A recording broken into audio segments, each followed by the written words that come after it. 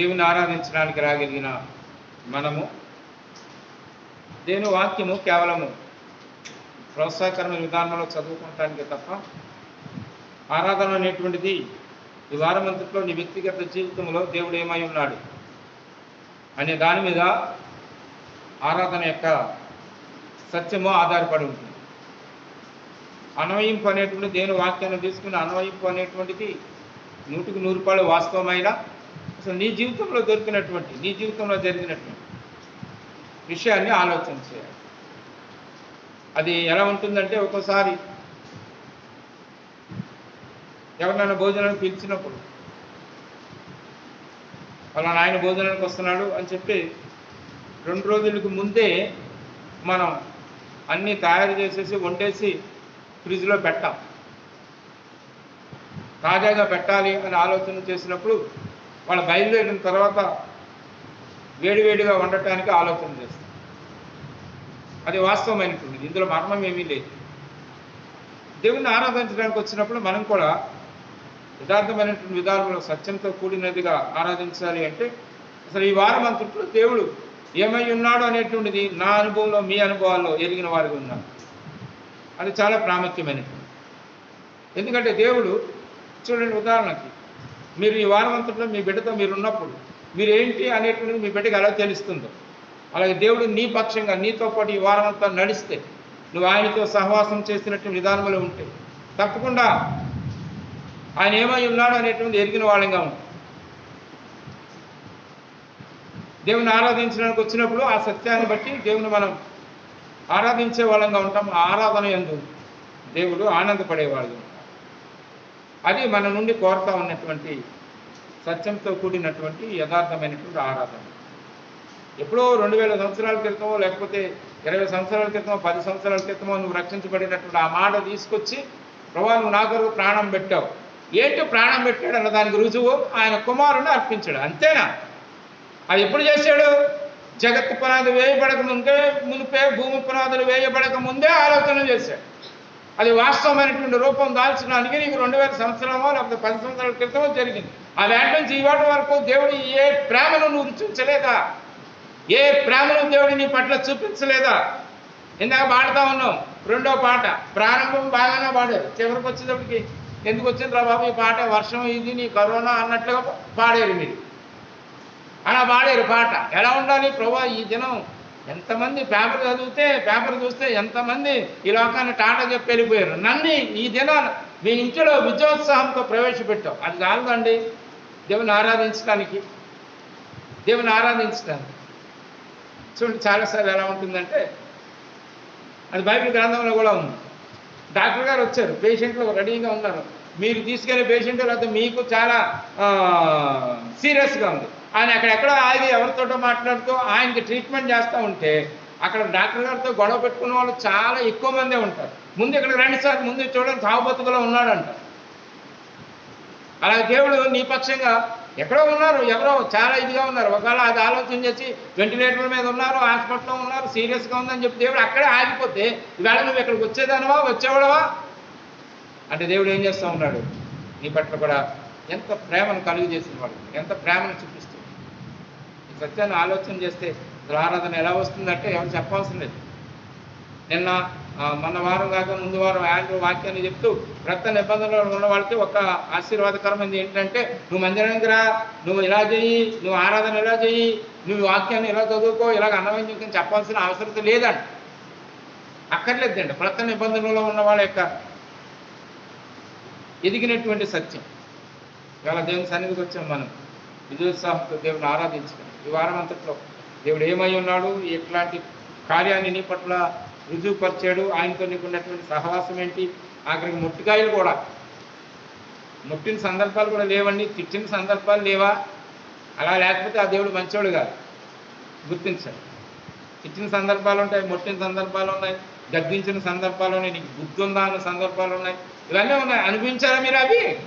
అవి అక్కర్లే మనకి. అంతసేపు ఏం చేసినా ఎత్తుకోవాలి, ఏం చూసినా ప్రేమే. ప్రభా నన్ను గద్దించినందుకు నీకు వందనాలని చెప్పిన సందర్భాలు ఉన్నాయా మన జీవితాలలో? ప్రభా నన్ను ఎలా చేసావు, ఈ సంఘటన ద్వారా నాకు బుద్ధి నేర్పో, ప్రభా నీకు వందనాలు అని చెప్పగలిగిన అనుభవాలు ఉన్నాయా మన దగ్గర? అలాగైనప్పుడు మంచి తండ్రి, అలాగైనప్పుడు మంచి తల్లి ఆయన. ప్రియమైన దేవుని బిడ్డలారా, అట్లాంటి అనుభవాలను బట్టి కూడా దేవుని ఆరాధించబద్దులమైంది. దాని అర్థం ఏంటో తెలుసా? ఆయన తిట్టాడు, ఆయన మొట్టాడు, ఆయన గద్దించాడు అనే మాటకు అర్థం ఏంటంటే, ఆయన నిజమైనటువంటి నీకు తండ్రి కనుక, ఆయన నిజమైనటువంటి తల్లి కనుక, ఆయన నిజమైనటువంటి దేవుడు కనుక, నీవు నేను ఆయన ప్రణాళికలో ఉన్నాం కనుక. ఏమండి, 4 పిల్లలు బురదలో ఆడుతూ ఉన్నారు, అందులో మీ అబ్బాయి ఉన్నాడు. ఎంతమందిని కొడతారు మీరు? బురదలో ఆడుకుంటున్న వాడిని ఎంతమందిని కొడతారో? మీ అబ్బాయినే కొడతారు. ఎందుకని? ఆ అబ్బాయి మీకు కొడుకు కాదు. మిగిలిన ఇంకా బురదలో అలాగే ఆడుతూనే ఉంటారు. మీరు మీ కొడుకుని తన్ని లోనికి తీసుకొని శుభ్రంగా మళ్ళీ బట్టలు బయటకు వెళ్ళేవాడు తంతారు అంటారు. అది నిజమైనటువంటి లోకంలో అందరూ ఉన్నారు. అందరినీ దేవుడు ఆలోచన చేయలేదు. నువ్వు ఆయన కొడుకు కాబట్టి నిన్ను గద్దించాడు. ఆయన నీకు తండ్రి కాబట్టి నిన్ను మెత్తగా తన్నిన సందర్భాలు కూడా ఉంటాయి. ఇది అనుభవించినటువంటి వారు అన్ని విధాలు. అందుకే దేవుని ఆరాధించడానికి వచ్చినప్పుడు అట్టి అనుభవంతో దేవుని ఆరాధించడానికి వచ్చేవాళ్ళని ఉంటాయి. ఆరాధన వాక్యాన్ని నేను మీ మధ్య పంచుకుంటున్నప్పుడు ద్వితీయోపదేశ కాండంలో నుండి ఒక విషయాన్ని మీ మధ్యకి తీసుకొచ్చి దేవుని యొక్క గుణలక్షణాల్లో ఆయన ఏమై ఉన్నాడు అనేటువంటి సత్యాన్ని తెలియపరుస్తూ ఉన్నాను. ద్వితీయోపదేశ కాండం 33వ అధ్యాయం 26, 27 వచనాలు మనందరం కలిసి చదువుకుందాం. 26, 27 వచనాలు. ద్వితీయోపదేశ కాండం 33వ అధ్యాయం 26, 27 వచనాలు. యెషూరును దేవుని పోలిన వాడెవడనూ లేడు. ఆయన నీకు సహాయం చేయుటకు ఆకాశవాహనుడై వచ్చాడు. మహోన్నతుడైన దేవుడు, మహోన్నతుడై మేఘవాహనుడదు. శాశ్వతుడైన దేవుడు నీకు నివాస స్థలం. నిత్యముగా నుండి బాహువులు నీ క్రింద ఉండదు. ఆయన నీ ఎదుటి నుండి శత్రువులను వెళ్ళగొట్టి నశింపచేయు మనెను. ప్రార్థన చేద్దాం. తండ్రి, మీకు వందనాలు చెల్లిస్తున్నాం. చదువుకునే లేఖన భాగం నుండి ఈ వారం అంతట్లో మా అనుభవాన్ని ప్రోత్సహించబడిన విధానంలో మిమ్మల్ని ఆరాధించడానికి నన్ను మమ్మల్ని సిద్ధపరచు. ఈ లేఖనాలు మీ చేతులకు అప్పగిస్తాం. యేసుక్రీస్తు నామమున స్తుతించి ప్రార్థించి వేడుకొంచున్నాం తండ్రి, ఆమేన్. ప్రియమైన వారులారా, ఈ వాక్యం యొక్క వివరణ నేను ఇంచుమించుగా 3-4 వారాలు మీ దగ్గర వాక్యాన్ని బోధిస్తూ ఉన్నప్పుడు దానిని నేను మీకు తెలియజేస్తూ వచ్చాను. ఇశ్రాయేలు ప్రజలు దేవుడు వాగ్దానం చేసినట్ల కనాను దేశంలోనికి ప్రవేశిస్తూ ఉన్నారు. ఆ ప్రవేశించేటువంటి విధానంలో 2వ తరానికి దేవుని గురించినటువంటి గొప్పతనం మోషే వాళ్ళకి యోర్దాను యువతల వాళ్ళకి తెలియజేస్తూ ఉన్నారు. యెషూరును అని మాట్లాడుతుంటే, ఇశ్రాయేలు మీ దేవుని పోలినటువంటి వాడు ఎవడో లేడు. కారణం ఏంటంటే, మీరు వెళ్ళేటువంటి కనాను దేశంలో అనేక మంది దేవతలు, అనేక మంది దేవుళ్ళు అనబడిన వాళ్ళు ఉన్నారు.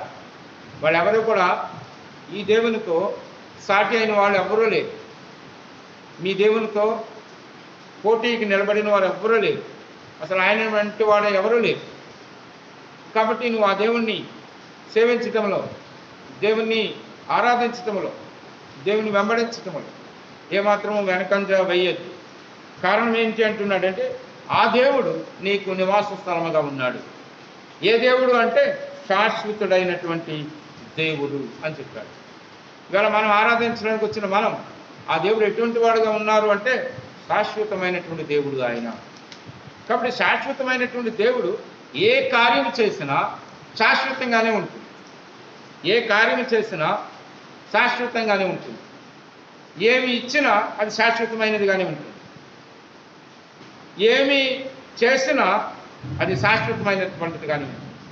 ఈ సత్యాన్ని ఆలోచన చేస్తే ఉదయకాలంలో దేవుడు మనకి ఏమి ఇచ్చినా, లేకపోతే దేవుడు ఏమై ఉన్నాడు అనేటువంటిది మనం అనుభవిస్తూ ఉన్నాం, ఆ అనుభవము శాశ్వతమైనటువంటిది. అట్లాంటి విధానంలో మీకు కొన్ని దేవుని యొక్క గుణలక్షణాల గురించి నేను మీకు తెలియజేస్తూ వచ్చాను. గత వారంలో ఒక గుణలక్షణం గురించి మాట్లాడుతూ సమయాన్ని బట్టి దానిని కొంచెంగానే ఆలోచన చేసి మనం ఆరాధనలోకి వెళ్ళాం. ఇర్మియా గ్రంథంలో ఒక మాట మనం కనిపిస్తూ ఉంది. ఇర్మియా గ్రంథం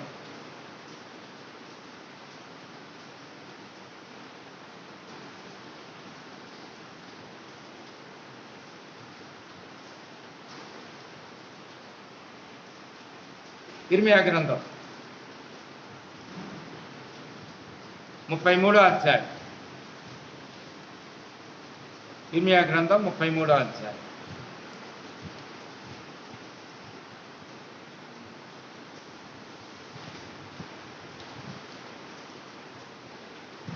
ముప్పై ఒకటో అధ్యాయం కంటే 33వ అధ్యాయం కంటే 31వ అధ్యాయం ముందు చదువుదాం. 31వ అధ్యాయం 3వ వచనములో, చాలా కాలం క్రిందట యెహోవా నాకు ప్రత్యక్షమై ఇట్లనెను, శాశ్వతమైన ప్రేమతో నేను నిన్ను ప్రేమించుచున్నాను. ఆయన మనలను ప్రేమిస్తూ ఉన్నాడు. ఆ ప్రేమ ఎటువంటిది అంటే శాశ్వతమైనటువంటి, ఎటర్నల్ అనే మాట వాడేది.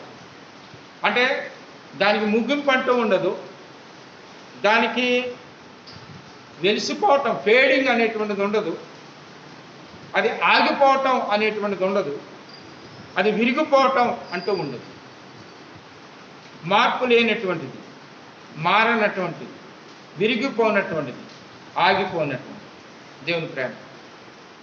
ఎవరి పట్ల? మన పట్ల. అక్కడ ఇశ్రాయేలీయుల గురించి మాట్లాడుతూ 33వ అధ్యాయంలో వాళ్ళని ఎలాగ కట్టబోతూ ఉన్నాడు అనేటువంటిది తెలియజేస్తూ ఉంటాడు. వాళ్ళకు ఉన్నటువంటి బలహీన పరిస్థితులు, అనారోగ్య పరిస్థితులు ఉన్నాయి, అంతేకాకుండా అననుకూలమైన పరిస్థితులు ఉన్నాయి, ఎండిపోయినటువంటి పరిస్థితి ఉంది, అంతేకాకుండా ఏ విధమైనటువంటి సంతోషము కలిగినటువంటి విధానం లేదు 33వ అధ్యాయం చదివితే. అయితే ఇర్మియాతో అంటున్నాడు, నువ్వు నాకు మొరపెడితే నేను గొప్ప కార్యాలు, గ్రహింపలేని కార్యాలు చేస్తాను. ఎలా చేయగలరు? దానికి రూట్ ఏంటి? దానికి మూలం ఏంటి? 31వ అధ్యాయం 3వ వచనంలో దేవుడు శాశ్వతమైనటువంటి ప్రేమను చూపించినటువంటి వాడు. దేవుని యొక్క ప్రేమ గురించి మాట్లాడుతూ ఉన్నప్పుడు అది ప్రేమించేటువంటి, అంటే ప్రేమింపబడేటువంటి వ్యక్తి యొక్క అనుభవం మీద కానీ, అతనికి ఉన్నటువంటి స్థాయి మీద కానీ ఆధారపడి ఉండదంట దేవుని యొక్క ప్రేమ. అంటే వీడు యోగ్యుడు కాదా, లేకపోతే ఇతనికి తక్కువ ఇవ్వచ్చా, ఎక్కువ ఇవ్వచ్చా అనేటువంటిది వ్యక్తి యొక్క వ్యక్తిత్వం మీద ఆధారపడినటువంటిదిగా ఉండదు అంటాడు దేవుని యొక్క ప్రేమ. దేవుని యొక్క ప్రేమ ఎలాగంటే ప్రేమించే వాని యొక్క వ్యక్తిత్వం మీద ఆధారపడి ఉంటుంది. మనల్ని ప్రేమించేవాడు ఎవరు అంటే దేవుడు. ఆ దేవుడు ఎలాంటి వాడు అంటే నిత్యమైనటువంటి దేవుడు అని చెప్పబడుతుంది, శాశ్వతుడైన దేవుడు.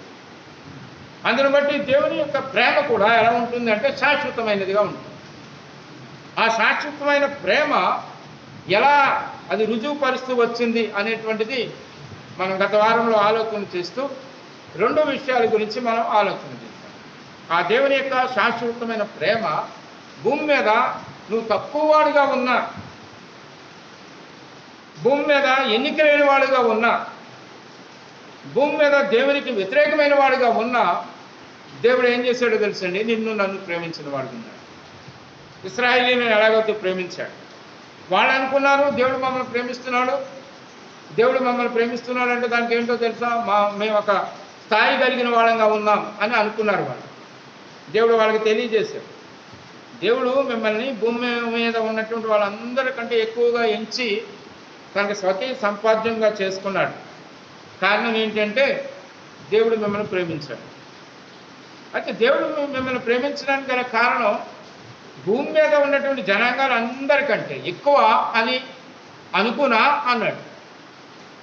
ఈ మాట ఆలోచన చేయండి. వేళ ఇక్కడ దేవుని ఆరాధించడానికి వచ్చిన నీ జీవితంలో, నా జీవితంలో బయట ఉన్న వాళ్ళకంటే ఏ విధానములో ఎక్కువ హోదా కలిగిన వాళ్ళంగా ఉన్నాం, ఏ విధానంలో స్థాయిని కలిగిన వాళ్ళంగా ఉన్నాం ఆలోచన చేయండి. మీరు ఎప్పుడన్నా రాజమండ్రి వస్తే రాజమండ్రి నుంచి నిడదవోలు వెళ్ళే, లేకపోతే రాజమండ్రి నుంచి విద్యాశ్వరం వెళ్ళేటువంటి దారిలో ఒక వేద పాఠశాల ఉంది, మహర్షి వేద పాఠశాల. చిన్న చిన్న పిల్లలు వాళ్ళు పంచి కట్టుకుంటారు, గుండు చేయించుకుంటారు, చిన్న పిల్లకుంటుంది. ఎంత అందంగా ఉంటారో ఆ పిల్లలు, ముద్దు పెట్టుకోవాలనిపిస్తారు. మగ పిల్లలు, చిన్న పిల్లలు, మంచి రంగు కలిగిన వాళ్ళు ఉంటారు. వాళ్ళు ఈ ఒక సెలవు లేకపోతే ఏదో ఒక సమయం ఉంటుంది. వాళ్ళు రాజమండ్రి కానీ అటు నిడదోలు కానీ వెళ్తున్నప్పుడు ఆ బస్సు ఎక్కుతారు. వాళ్ళు మాట్లాడేటువంటి మాటల యొక్క విధానాన్ని ఆలోచన చేస్తే ఎన్ని శ్లోకాలు వాళ్ళు మాట్లాడతారు, ఎన్ని శ్లోకాలు మాట్లాడతారు. వాళ్ళు అందులో ఉన్నటువంటి దాన్ని చర్చించుకుంటూ ఉంటారు, ఆలోచన చేసుకుంటూ ఉంటారు. అది ఈవేళ మనం వాళ్ళని ఆలోచన చేస్తే ఎట్లాంటి విధానాన్ని మనం అనుసరిస్తూ ఉన్నాం లోకంలో ఉన్నటువంటి వాళ్ళు ఆలోచన చేస్తే. ఇవాళ ఏ స్థాయిని చూసి దేవుడు మనకి గొప్ప రక్షణ అనుగ్రహించిన వాడు ఉన్నాడు. ఆ రక్షణ కొనసాగించడంలో మన చుట్టూ కాపలా ఉన్నట్లుగా దేవుడు మనకు సహకారాన్ని అందిస్తున్నాడు. దేవుడు ఒక నిరీక్షణ ఇచ్చాడు, ఒక రోజున మనం ఆయనతో పాటు ఏలుబడి చేస్తామని. ఇంత గొప్ప ఆలోచన దేవుడు మనకు అనుగ్రహించడానికి గల కారణం భూమి మీద ఉన్నటువంటి జనాంగాలందరికంటే చాలా ఉన్నతమైన వాళ్ళమనా కాదు. ఆయన అంటాడు, లెక్కిస్తే భూమి మీద లెక్కకు తక్కువే మీరు, అయితే మీ దేవుడు ప్రేమ కలిగిన వాడు కనుక ఆయన మనల్ని ప్రేమించాడు. దేవుని ప్రేమను అర్థం చేసుకుంటున్నామా? దేవుడు ప్రేమ కలిగిన వాడు కనుక నన్ను ప్రేమించినవాడు.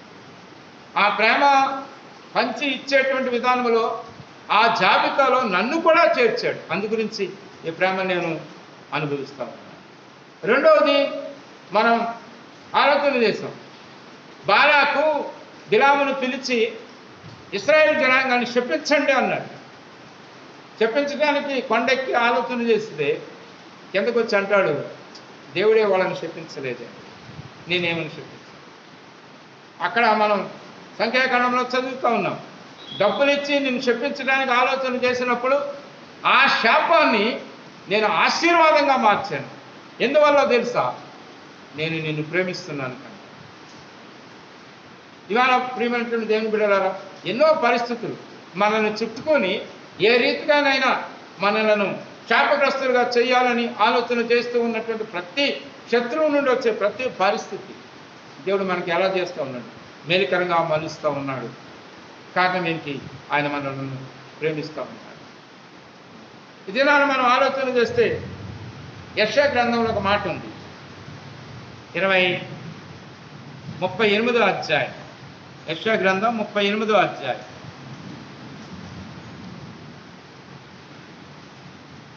యెషయా గ్రంథం 38వ అధ్యాయం.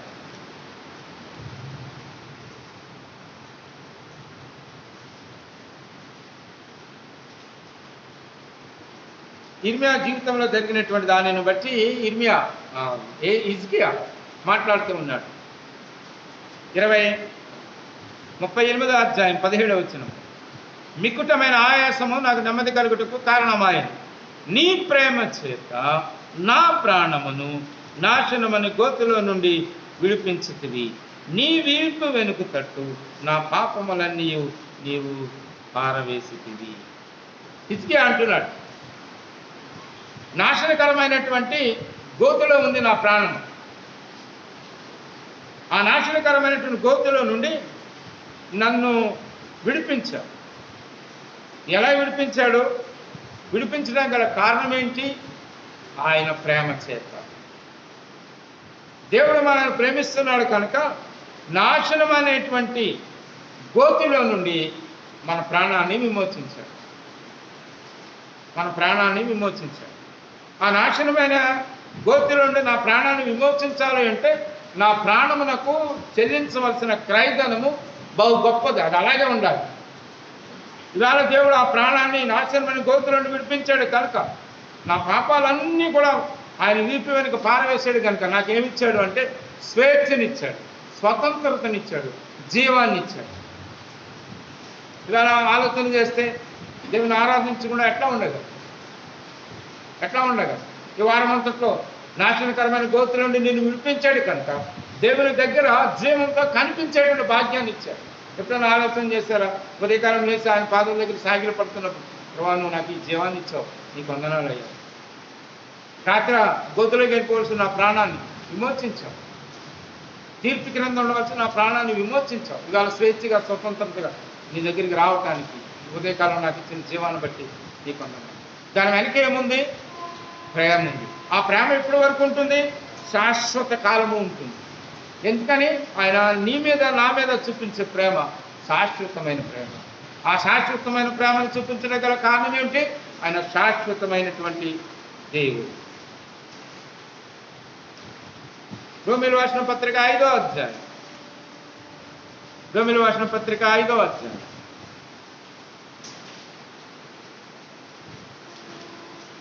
5వ అధ్యాయం.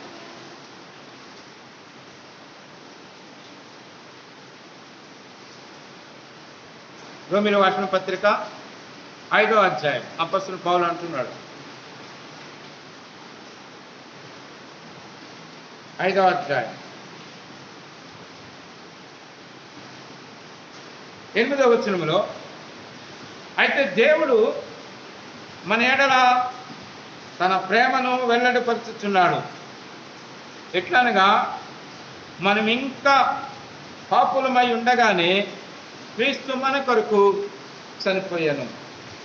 అంటే దేవుడు మనల్ని ప్రేమించాడు కనుక, దేవుడు నిన్ను ప్రేమించాడు కనుక తన కుమారుని నీ కొరకు బలియాగంగా అప్పగించాడు. యోహాను రాసిన మొదటి పత్రిక 4వ అధ్యాయంలో చదువుతాం. మన పాపములకు ప్రాయశ్చిత్తంగా ఆయన తన కుమారుని పంపించాడు. అందులో ఏముందంట? ప్రేమ ఉంది అని. ఈ ప్రేమ ఎలాంటి ప్రేమ తెలుసండి? ఇవాళ మనం ఆరాధించడానికి వచ్చినప్పుడు దేవా నువ్వు నన్ను ప్రేమిస్తున్నావు అని. కానీ ఆ ప్రేమను మనం అర్థం చేసుకోవటానికి రోమీయులకు రాసిన పత్రిక 5వ అధ్యాయంలో అపొస్తలుడు పౌలు అంటున్నాడు, 7వ వచనములో చూడండి, నీతిమంతుని కొరకు సహితము ఒకడు చనిపోవట అరుదు. ఒక ఆయన నీతిమంతుడుగా ఉన్నాడు, అతను ఎలాగైనా విడిపించాలి, ఆయన ఏంటి బాగు చేయాలి అని ఆలోచన చేసి, సరే అతను నీతిమంతుడుగా ఉన్నాడు కనుక నేను నా ప్రాణాన్ని పెడతాను, నా ప్రాణాన్ని ఇస్తాను అని చెప్తే అది ఒప్పుదలగా ఉంటుంది, అది అరుదు కూడా. అందుకే ఏమంటున్నాడు? ఎక్కడైనా ఎప్పుడైనా జరిగితే అలా జరగవచ్చు. మీరు జపాన్లో మరి అణు కేంద్రం ఉంది. అణు కేంద్రంలో చాలా రేడియేషన్ ఉంటుంది. క్యాన్సర్ వచ్చే ప్రమాదం ఉంది. ఆ చిన్న దేశం. అందు గురించి వాళ్ళు ఏం చేస్తారంటే, వాళ్ళ గవర్నమెంట్ ఉన్నట్టు జనాభా అంతా కలిసి గవర్నమెంట్ యొక్క ఒక జీవోని రాసుకున్నారు. ఎలాగంటే వాళ్ళ యొక్క అణు విద్యుత్ కేంద్రంలో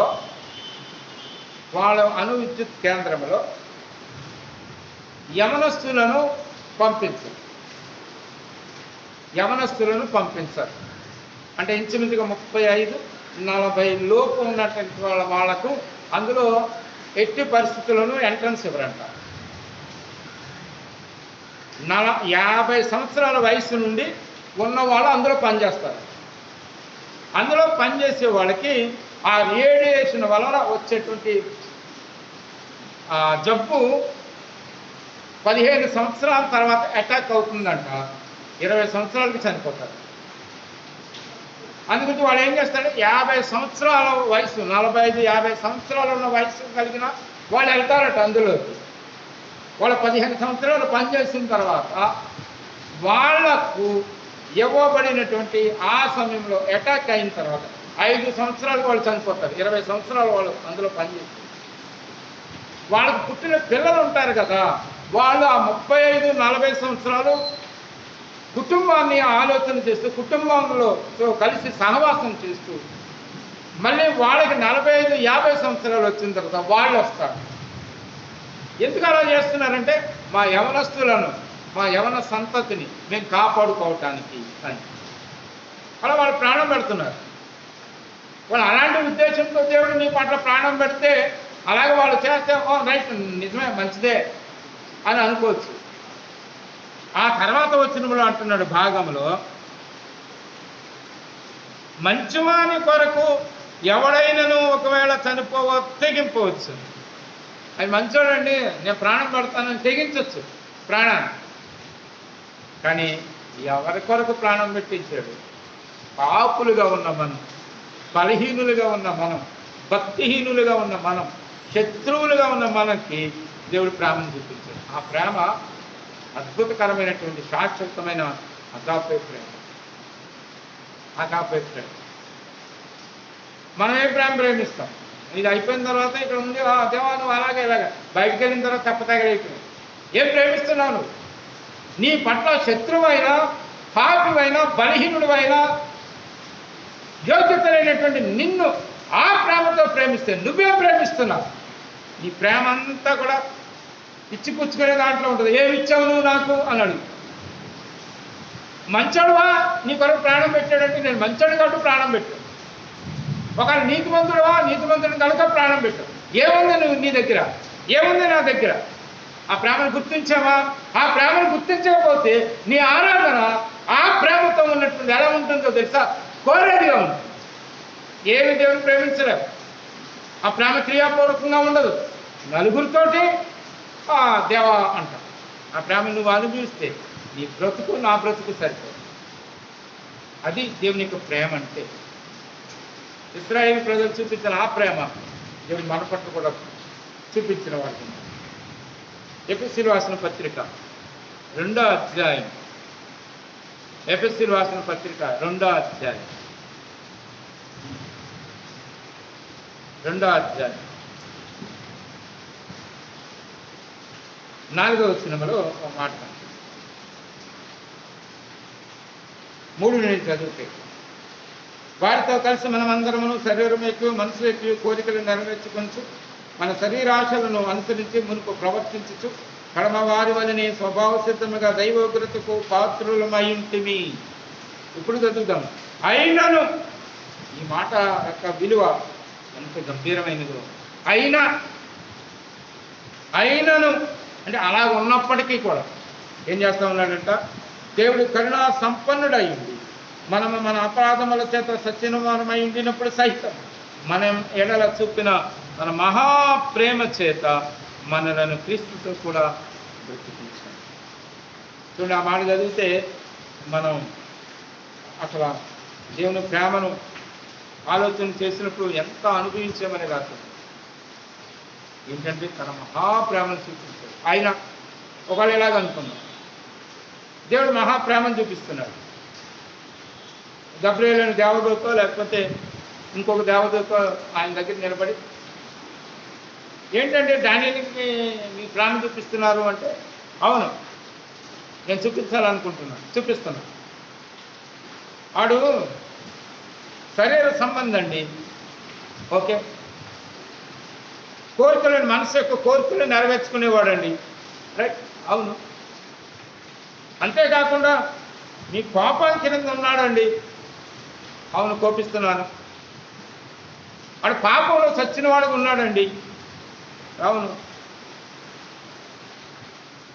దేవుని యొక్క తీర్పుకి, మీ తీర్పుకి చివరి ముగింపు ఏంటంటే అగ్నిగంధకాలతో మండే గుండమండి. అవును. వాళ్ళు అవును అని అంటే జాగ్రత్తలు చూస్తూ ఉన్నారు. అప్పుడు ఆయన అన్నాడు, అయితే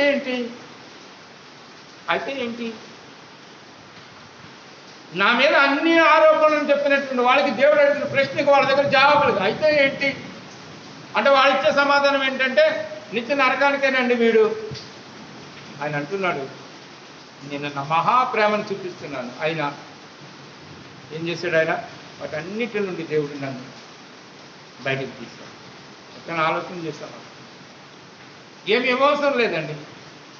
దేవుడు నాకేమీ ఇవ్వవసరం లేదు. 1 కోటి ఇచ్చి 4 కోట్లు పస్తు పెట్టినా ఆ ప్రేమ మారు, నా పట్ల ఆ ప్రేమ మారు. మీకు రక్షకుడు యేసుప్రభువు అనే పాటలో దేవుని ప్రేమ నుండి ఏది నన్ను ఎడబాటు చేయదనే పాట యొక్క అర్థంలో రోమిలికి రాసిన పత్రిక 8వ అధ్యాయం మనం చదివితే మనకి అర్థం. అట్టి మహాప్రేమ మన పట్ల చూస్తుంది. ఆ ప్రేమ శాశ్వతమైనది, మారిపోనటువంటిది, వెలిసిపోనటువంటిది, విరిగిపోనటువంటిది, ఆగిపోనటువంటిది. అందుకే ఈ ఉదయకాలంలో శాశ్వతమైన ప్రేమను అనుభవించిన వాళ్ళంగా ఉన్నాం కనుక దేవుని ఆరాధించడానికి దేవుని సన్నిధిలో మనం ఈ సమయంలో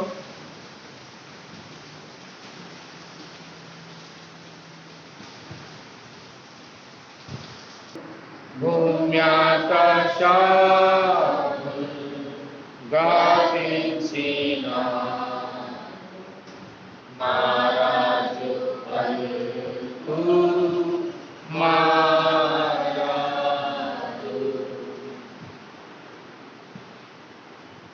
అపోస్తలుడైన పౌలు కొరింథీ సంఘానికి రాసిన మొదటి పత్రిక 11వ అధ్యాయం.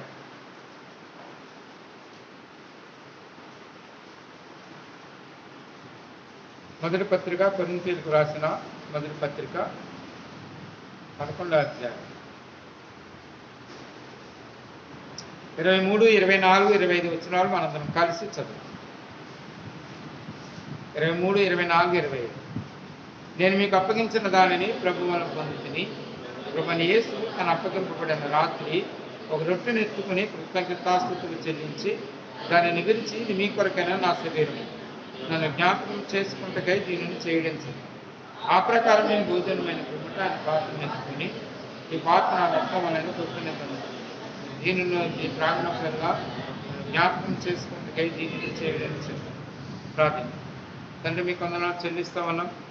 మా ఆరాధన అంగీకరించిన దేవ, మీ కుమారుడు మా పట్ల చేసిన కార్యమైనటువంటి ఈ ప్రభు బలలో మేము చేయవేయటానికి చేరవచ్చాం. మీ వాక్యం ద్వారా మమ్మల్ని ప్రోత్సహించి తండ్రి, మీ యొక్క కుమారుని యొక్క శరీరానికి రక్తానికి సాదృశ్యంగా ఉంది ఈ పరిశుద్ధమైన బలలో మేము చేయవేస్తూ ఉన్నాం. మమ్మల్ని ప్రోత్సహించి వందనాలు చెల్లిస్తూ యేసుక్రీస్తు నామమున స్తుతించి ప్రార్థించి వేడుకొంచున్నాం తండ్రి. అపోస్తలుడైన పౌలు ఈ సంఘానికి పత్రిక రాస్తూ ఇప్పటికే మనం చాలాసార్లు ధ్యానిస్తూ వచ్చాం. ప్రభు బల గురించి నేను అనుకుంటున్నట్లుగా, లేకపోతే నేను ఆలోచన చేస్తున్నట్లుగా సీఎన్లో ఉన్న దేవుని ప్రజలు ఎరిగినంత అవగాహన మనకెవరు ఎరిగిన వారిగా ఉండరు అని నేను ఆలోచన చేస్తూ ఉన్నాను, నేను అనుకుంటూ ఉన్నాను. ఎందుకంటే సీఎన్లో ఉన్నటువంటి దేవుని ప్రజలు సామాన్యమైన వాళ్ళు కాదు. అలాగని ఏది చెప్తే అది నమ్మేసి వాళ్ళు అంతకంటే కాదు. అలాగని చెప్పి ఇది సత్యం అని చెప్తే అది సత్యం కాదులే అని చెప్పేటువంటి విధానం కూడా ఆలోచన చేసేటువంటి స్థాయి ఎదిగినటువంటి వాళ్ళంగా ఉన్నాం. అంటే దాని అర్థం ఏంటంటే, అపోస్తలుడైన పౌలు సువార్త పరిచర్య చేస్తూ వచ్చినప్పుడు బెరయ అనేటువంటి ఊళ్ళో తెస్సలోనిక పట్టణంలో వాక్యాన్ని బోధించినప్పుడు బెరయ సంఘం నుండి కొంతమంది ఘనత వహించిన స్త్రీలు అక్కడికి వచ్చారు.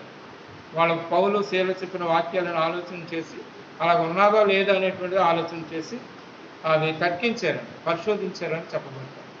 సీఎంలో ఉన్నటువంటి దేవుని ప్రజల యొక్క, దేవుని బిడ్డల యొక్క అనుభవం ఏంటి అంటే, వాక్యం చెప్పిన తర్వాత ఇంటికి వెళ్ళి దాన్ని దర్శించి దాన్ని ఆలోచన చేసి అటువంటిది ఎట్టి పరిస్థితుల్లోనూ మా వాళ్ళ దగ్గర లేదు అని చెప్పడానికి వీలు కదా.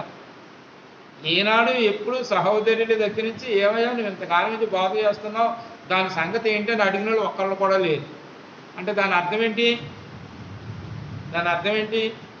బాగా మీరు ధ్యానించారని కదా, బాగా మీరు గ్రహించారని కదా. మరి మొట్టమొదటిసారి నా ఇదిలో నాకు ఇది వచ్చినప్పుడు నేను నిద్రపోలేదు. సత్యాన్ని ఎరిగిన వాళ్ళగా ఉన్నారు, ఎందుకంటే మీరు కూడా ధ్యానిస్తూ ఉన్నారు.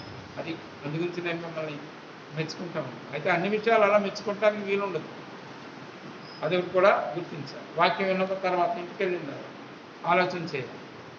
ఇక్కడ పౌలు అంటున్నాడు, యేసు ప్రభు యొక్క మరణాన్ని జ్ఞాపకం చేసుకో. రొట్టె విరిచినప్పుడు జ్ఞాపకం చేసుకోమన్నారు, ఆ ద్రాక్షరసం తాగినప్పుడు జ్ఞాపకం చేసుకో. ఈ మాట ఎవరు చెప్పారంటే యేసు ప్రభు వారే చెప్పారు, దాన్ని జ్ఞాపకం చేసుకుంటా చేయాలి. ఆ మాట చెప్తా ఉన్నప్పుడు ఆ సందర్భాన్ని ఆలోచన చేసినప్పటికి ఇంకా యేసు ప్రభు చనిపోలేదు. ఆయన గెత్సేమనే తోటలోకి ఇంకా వెళ్ళి శిలువ మీదకి అప్పగించబడలేదు. చెప్పక ముందు ఆయన జ్ఞాపకం చేసుకోండి అని చెప్పారు. అంటే దాని అర్థం వాళ్ళ పట్ల దేవుడు ఏమేమి, అంటే యేసుప్రభు ఏమేమి కార్యాలు చేశారో, చేయబోతున్నారో, ఏదైతే చెప్పారో వాటన్నిటినీ ఆలోచన చేసి చెప్పమన్నారు, జ్ఞాపకం చేసుకోమన్నారు అని అర్థం. ఇవాళ చాలా కాలం మనం ముందుకు వచ్చేసాం, 2000 సంవత్సరాలు, 2020 సంవత్సరాలు ముందుకు వచ్చేసాం. ఇప్పుడు జ్ఞాపకం చేసుకుంటున్నప్పుడు, ఆయన మరణాన్ని జ్ఞాపకం చేసుకుంటున్నప్పుడు, ఆయన మరణం ద్వారా లేక ఆయన ద్వారా నాకేం దొరికింది, ఆయన ద్వారా నాకేం దొరికింది, ఆయన జ్ఞాపకం చేసుకుంది. కాబట్టి ప్రభు బలలో పాలు పొందుతున్నప్పుడు ఆయన నేను జ్ఞాపకం చేసుకుంటే, ఆయన ద్వారా నాకు దొరికినటువంటి ఆశీర్వాదాలను ఆలోచన చేస్తే, పాపక్షమాపణ అనేటువంటిది ప్రాథమికమైనటువంటిది, అది కాదని చెప్పటంలే. ఆయన జ్ఞాపకం చేసుకుంటే, ఆయన రక్తం ద్వారా, ఆయన వెనగొట్టబడి ద్వారా నాకు దొరికినటువంటిది పాపక్షమాపణ అనేటువంటిది మనం తప్పకుండా దానిని ఆలోచన చేస్తూ ఉన్నాం. అంటే ఆ యొక్క విధానము నా పాపపు యొక్క శిక్ష నుండి నన్ను విడిపించబడ్డా. ఇప్పుడు కొనసాగుతూ ఉన్నప్పుడు నా జీవితంలో ఆయన ఎట్లాంటి లోతైనటువంటి ఆశీర్వాదాలు నాకు ఇచ్చాడు అనేటువంటిది వాస్తవమైనటువంటి జీవితంలో ఆలోచన చేస్తూ అనుభవిస్తూ ఆయనను ఆరాధిస్తూ అందులో పాల్పొందవలసిన వాళ్ళని ఉన్నాం. అపోస్తలుడైన పేతురు అంటాడు 2వ అధ్యాయం మొదటి పత్రిక, పేతురు రాసిన మొదటి పత్రిక 2వ అధ్యాయం 4, 5, 6 వచనాల్లో ఒక గంభీరమైన సత్యాన్ని చెప్తా ఉన్నాడు. 4వ వచనం వాళ్ళు అంటున్నాడు, మనుషుల చేత విసర్జింపబడినాను, దేవుని దృష్టికి ఏర్పరచబడినది అమూల్యమును సజీవమునైన రాయి అగు ప్రభువునకు వచ్చిన వారే యేసుక్రీస్తు ద్వారా దేవునికి అనుకూలములకు ఆత్మ సంబంధమైన బలులు అర్పించుట పరిశుద్ధ యాజకులుగా ఉండునట్టు మీరును సజీవమైన రాళ్ల వలె ఉండి ఆత్మ సంబంధమైన మందిరముగా కట్టబడుచున్నారు. కాబట్టి యేసుక్రీస్తు ద్వారా ఆయనను నేను జ్ఞాపకం చేసుకుంటే ఆయన ద్వారా దేవునికి అనుకూలములకు ఆత్మ సంబంధమైన బలులు అర్పించటానికి ఆయనకు నేను ఆత్మ సంబంధమైన బలులు అర్పించటానికి ఆయన ద్వారా ఎవరు అర్పిస్తారు అంటే పరిశుద్ధ యాజకులుగా ఉంటున్నారు. అంటే ఇప్పుడు నేను ఆయన ద్వారా దేవుని దగ్గరికి ఎలా వెళుతున్నాను అంటే ఒక యాజకుడిగా వెళుతూ ఉన్నాను. యాజకుడు అన్నప్పుడు ప్రజల పక్షంగా దేవుని దగ్గరికి వెళ్ళేవాడు, తన పక్షంగా దేవుని దగ్గరికి వెళ్ళేవాడు యాజకుడు. ఇవాళ మనం దేవుని దగ్గరికి వెళ్ళి పరిశుద్ధమైనటువంటి యాజకులుగా ఉండున్నట్లుగా ఆత్మ సంబంధమైన బలులు అర్పించడానికి ఈ అర్హత వచ్చింది. ఆయనను జ్ఞాపకం చేసుకుంటే పరిశుద్ధమైనటువంటి ఆ గొప్ప దేవుని దగ్గరికి నేను ఎలా వెళుతున్నానంటే పరిశుద్ధమైన యాజకుడిగా వెళ్తా ఉన్నాను. ఎవరి పక్షంగా వెళ్తా ఉన్నాను? నా పక్షంగా, నా కుటుంబ పక్షంగా, నా సంఘం పక్షంగా, లేకపోతే ప్రజల పక్షంగా దేవుని దగ్గరికి వెళ్ళి ప్రార్థించడానికి, బలి అర్పించడానికి నన్ను పరిశుద్ధమైన యాజకుడిగా చేశాడు. అలా యాజకుడిగా చేసినటువంటి లోతైనటువంటి అనుభవంలో ఆయన దగ్గరికి మనం వెళ్ళి ఏం చేస్తూ ఉన్నాం? విజ్ఞాపన చేస్తూ ఉన్నాం. ఆయన దగ్గరికి వెళ్ళి ఏం చేస్తూ ఉన్నాం? ప్రార్థన చేస్తూ ఉన్నాం. ఆయన దగ్గరికి వెళ్ళి ఏం చేస్తూ ఉన్నాం? ఆరాధన అర్పిస్తూ ఉన్నాం. ఎవరి ద్వారా? అందుకే ప్రార్థనలో మనం ఏం చేస్తామో తెలుసా? అన్నీ రాసిన తర్వాత, అన్నీ మాట్లాడిన తర్వాత, అన్నీ చెప్పిన తర్వాత క్రింద మనం దానిని ఎలాగ సమర్పిస్తాం? యేసుక్రీస్తు నామములో, అంటే ఆయన ద్వారా. ఎంత ఆధిక్యతను ఆయన లేకపోతే అంగీకరించేటువంటి విధానం ఉంది. పాత నిబంధనలో ఉన్నటువంటిగా ఉంటుంది. క్రొత్త నిబంధనలో ఆయన ద్వారా మనం పరిశుద్ధ యాజకులుగా చేయబడ్డాం. కాబట్టి ఇప్పుడు నా ప్రార్థన, నా విజ్ఞాపన, నా ఆరాధన ఆయన ద్వారా దేవునికి చెల్లించేటువంటి విధానం. కాబట్టి దేవుని దగ్గర నేను చెల్లించినప్పుడు దేవుడు దానిని స్వీకరించి, దేవుడు దానిని అంగీకరించి, దేవుడు ఏం చేస్తూ ఉన్నాడు తెలుసండి? జవాబిస్తూ ఉన్నాడు. నా ప్రార్థనకు జవాబిస్తున్నాడు. నా విజ్ఞాపన మొర ఆయన వింటూ ఉన్నాడు. నాకు సహాయం చేస్తూ ఉన్నాడు. ఆ సహాయం ఎలా చేస్తూ ఉన్నాడు? ఆరాధన వర్తమానంలో మనం చదివాం. ఆయన నీకు సహాయుడు. ఎలా సహాయం చేయడానికి వస్తున్నాడు? మేఘవాహనుడై వస్తూ ఉన్నాడు. ఎందుకని? ఆయన కుమారుని ద్వారా మనం యాజకులుగా చేయబడ్డాం కాబట్టి. ఆయన ఏం చేస్తూ ఉన్నాడు? నేను యాజకుడిగా ఆయన దగ్గరికి వెళ్తా ఉన్నప్పుడు, నేను ఆయన సన్నిధిలో ప్రార్థన చేస్తూ ఉన్నప్పుడు, ఆయన సన్నిధిలో నేను విజ్ఞాపన చేస్తూ ఉన్నప్పుడు, ఆయనకు నేను ఆరాధన సమర్పిస్తున్నప్పుడు ఆయనను ఎవరు చూస్తూ ఉన్నారు? ఎవరి ద్వారా వచ్చావు నువ్వు అని చూస్తూ ఉన్నాడు? యేసుక్రీస్తు ద్వారా. కాబట్టి వెంటనే దాన్ని ఏం చేస్తూ ఉన్నాడు? ఆయన అంగీకరిస్తూ ఉన్నాడు. దాన్ని జవాబిస్తూ ఉన్నాడు. ఆరాధన స్వీకరిస్తూ ఉన్నాడు. చేసి ఏం చేస్తూ ఉన్నాడు? నన్ను ముట్టి చేతులతో, ఖాళీ చేతులతో పంపించటం లేదు. ఆయన నన్ను దీవించి పంపుతాడు. ఇవాళ ఈ దీవెనకు, ఈ ఆశీర్వాదానికి కారణం ఏంటి? ఆత్మ సంబంధమైన విధానం యేసు. అది గుర్తిస్తే ఈ ఉదయకాలంలో ప్రభు బలలో చేయి వేస్తున్నప్పుడు మనం ఎలాగా అందులో చేయి వేస్తాం? ఆరాధన భావంతో చేయి వేస్తాం. ఆరాధన భావంతో నేను అందులో చేయి వేస్తాను. ఎందుకని? ఆయన ద్వారా నేను పరిశుద్ధమైన యాజకుడిగా చేయబడ్డాను.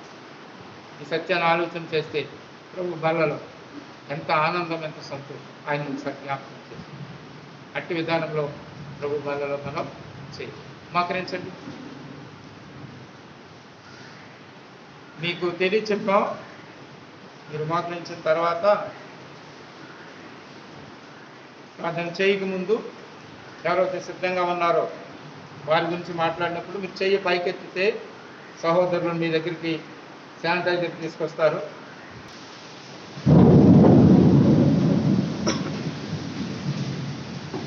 వాక్యంలోకి వెళ్ళక ముందుగా ప్రభువు సహాయం కొరకు వచ్చిన ప్రార్థన. ప్రేమ గల పరిశుద్ధమైన తండ్రి, కృపమైన దయగల స్తోత్రాలు చెల్లిస్తున్నదండి.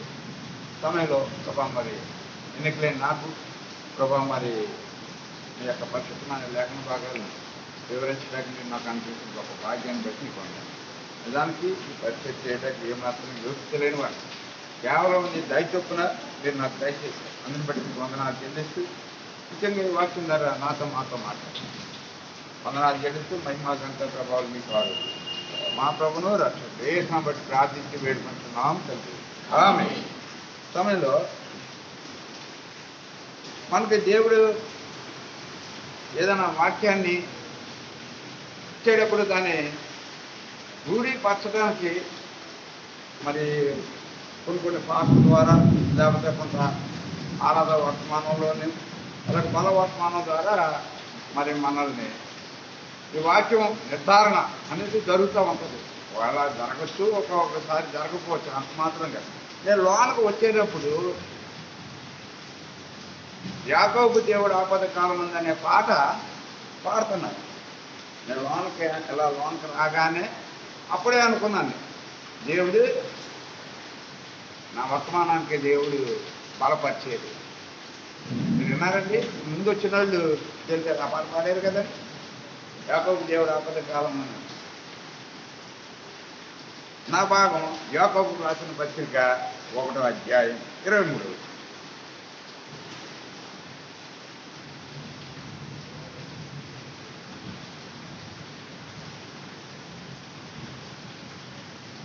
యాకోబు రాసిన పత్రిక 1వ అధ్యాయం 23 వచ్చిన అందరం కలిసి చదువుకుంటాం. ఎవడైనాను వాక్యమును వినువాడై ఉండి దాని ప్రకారం ప్రవర్తింపని వాడైతే వాడి అర్థంలో తన సహజ ముఖమును చూసుకున్న మనిషిని పోలి అన్నాడు. ఈ పత్రిక యాకోబు 12 గోత్రములు వారు అన్య దేశంలో చెదరగొట్టబడిన విధానంలో వారికి ఉద్దేశించి రాస్తున్నాడు. యాకోబు అంటే వాళ్ళు ఎలా ఉన్నారంటండి, ఈ 12 గోత్రముల ప్రజలకి మరి ఎక్కడున్నారండి, వాళ్ళు అన్య దేశములలో చెదరగొట్టబడ్డారు. మనలాగే మనం ఏం చేస్తున్నాం, ఈ భూమి మీద లోకంలో అన్య జనాల మధ్య మనం జీవిస్తున్నాం. దేవుడు మనతో మాట్లాడేవాడిగా ఉంటాడు. అక్కడ ఆ పత్రికలు రాస్తూ, బాబు మీరు అన్ని దేశంలో ఉన్నారు కాబట్టి మీరు ఎలా బ్రతకాలి ఈ భూమి మీద, ఆ జనాల మధ్య మీరు జీవిస్తున్నారు కాబట్టి మీరు ఎట్లాగా ఉండాలి అనేది ఈ వాక్య భాగంలోంచి చాలా స్పష్టంగా రాశారు. ఏమనుందంటే, ఎవడైనాను వాక్యము వినివాడు. వినాలి అంటే ఏం చేయాలండి, మీరు వినాలంటే ఏం చేయాలా? నేనే మిమ్మల్ని కష్టమైన క్వశ్చన్స్ ఏమి అడగట్లా. వినాలంటే మీరు ఏం చేయాలా? వినాలి. నేను విన్నాను అంతాకి రుజువేంటి, నేను చెప్పాలి. ఎవరైనా చెప్తే మీరేం చేస్తారండి, వింటారు, అంతే కదండి. ఒకవేళ నేను చెప్పలేదనుకోండి, మీరు ఏమంటారు? వినాలి అంటే ఎవరైనా చెప్పాలి. అయితే ఒక్కొక్కసారి మన వాక్యాన్ని ధ్యానిస్తున్నప్పుడు, మనం రెగ్యులర్గా వాక్యాన్ని చదువుకుంటూ ఉంటున్నప్పుడు దేవుడు మాట్లాడుతూ ఉంటాడు. మాట్లాడుతున్నప్పుడు మనం ఏం చేయాలి? వినాలి. వాక్యాన్ని ధ్యానిస్తున్నప్పుడు దేవుడు నీతో మాట్లాడుతున్న చాలామంది ఏమంటారంటే, ఇదేనా దేవుడు నాతో మాట్లాడేటంటే. మాట్లాడేడు అంటే రుజువేటంటే నువ్వు వినేవాడిగా ఉండాలి. చాలామంది ఇదేనా వాక్యం చెప్తున్నాం అనుకోండి, ఏం చేయాలా? మీరు వినాలి, రాసుకోకూడదండి. కొంతమంది ఏం చేస్తారంటే వాక్యం రాసుకుంటూ ఉంటారు, వినరు. మరి కొంతమంది ఏం చేస్తారంటే ఎక్కడో ఆలోచన చేస్తూ ఉంటారు. ఇంటికా నుంచి వచ్చాం, వర్షం వచ్చేస్తుంది, ఎలా ఉంటున్నాయి, మనిషి ఉంటారు, చక్కగా ఉంటారు. ఏమంటారండి, కూర్చుంటారు, చాలా బాగుంటుంది. కానీ వాక్యం వినరు. అందుకనే ఈ అన్ని దేశంలో వీళ్ళు ఉన్నారు కాబట్టి 12 గోత్రాలతో వాటితో చెప్తున్నారు, బాబు మీరు వాక్యాన్ని ఏమంటున్నాడండి, ఎవడైనా వాక్యమును వినువాడై ఉండి వాక్యాన్ని వింటారు, దాని ప్రకారము ప్రవర్తింపని వాడైతే వాడు అర్థంలో తన సహజముఖం అంటే ఏంటండి, నాకు అర్థం కాలేదు ఈ వాక్యం, ఎందుకు ప్రభు ఈ వాక్య భాగం ఇచ్చారు నాకు అర్థం కాలేదు. ఏంటి సహజముఖం ఏంటి, 2 ముఖాలు ఉంటాయా, నాకు అర్థం కాల. ఈ వాక్యం ధ్యానిస్తున్నప్పుడు అర్థంలో తన సహజముఖం నాకు అర్థం కాలేదు. ప్రభు నాకు తెలియజేయండి సహజముఖం. సహజముఖానికి ఇంగ్లీష్లో ఏమన్నా మాట ఉపయోగించాడంటే న్యాచురల్ ఫేస్. ఏమన్నా మాట ఉపయోగించాడండి, న్యాచురల్. న్యాచురల్ అనే మాట మీరు వింటూ ఉంటారండి, జెంట్స్కి తెలుసు, సిస్టర్స్కి తెలుస్తుంది. అంటే దయచేసి గమనించండి, నేను వాక్యంలో చెప్తున్నాను, అంతిమ వాక్యంలో ఏమైతే ఉందో అదే చెప్తాను. కానీ మీరు ఎవరో కూడా అఫెండ్ అవ్వటం కానీ అర్థం ఎందుకంటే మనం ఆ ప్రకారంగా జీవిస్తున్నాం.